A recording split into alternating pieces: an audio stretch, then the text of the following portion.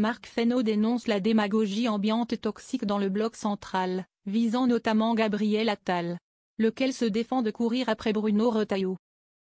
Rififi en Macronie. S'il se défend de courir après Bruno Retailleau, les propositions de Gabriel Attal, patron de Renaissance, sur le voile, quelques jours après l'élection triomphale du Vendéen à la tête de LR, en ont laissé plus d'un songeur. L'ex-premier ministre, qui ne veut pas se laisser distancer alors que le ministre de l'Intérieur et Édouard Philippe font la course en tête à droite pour 2027, présentera cette semaine des propositions sur le régalien. Un virage droitier? Ce qui est nouveau, c'est vrai, c'est que notre parti s'empare de ces questions, ce qui n'a pas été le cas avant.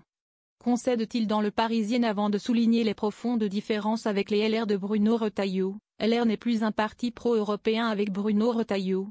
LR a choisi la ligne qui s'oppose à la constitutionnalisation de l'IVG, vote contre l'interdiction des thérapies de conversion pour les homosexuels et rejette toute évolution sur la fin de vie. Et Gabriel Attal d'assurer qu'il ne se retrouve pas dans les propos du ministre de l'Intérieur lorsqu'il dit à bas le voile. Reste peut-être à convaincre ses propres alliés du bloc central. Dans la tribune du dimanche de ce 25 mai, Marc Fesneau, numéro 2 Modem et proche de François Bayrou, a des mots particulièrement durs face à ce qu'il décrit comme une surenchère croissante dans le bloc central, sur les sujets régaliens. Une démagogie ambiante toxique qu'il explique par les ambitions personnelles avant 2027, et qui selon lui vient surtout fracturer, antagoniser. Et l'ancien ministre de l'Agriculture, qui semble viser également Édouard Philippe et Bruno Retailleau, dit voir même une trahison de l'esprit originel du macronisme. Dans le bloc central, on en vient à porter les discours, les thèses, les propositions de la droite, voire de l'extrême droite. Mais ce n'est pas ça, le centre. Ce n'est pas ça l'aventure que nous avons voulu construire avec Emmanuel Macron en 2017. Il pointe une dérive qui ne répond en rien à la promesse initiale de pondération, de rassemblement, de réconciliation. Le député du Loir-et-Cher adresse aussi une mise en garde.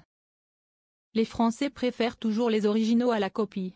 Les propositions de Gabriel Attal avaient fait sourciller jusque dans son propre camp. Je ne vois pas quel est le sens profond de cette proposition qui va diviser au lieu de rassembler, avait notamment fustigé le député Carl Olive, pourtant estampillé aile droite du groupe.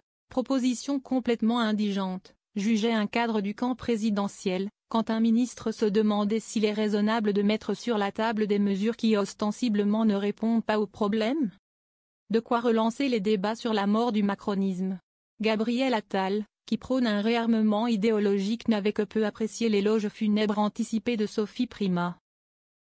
La porte-parole du gouvernement, issue de LR, avait prédit la fin imminente du courant d'Emmanuel Macron. Le tacle de Marc Fesneau ne sera, sans nul doute, pas accueilli plus chaleureusement.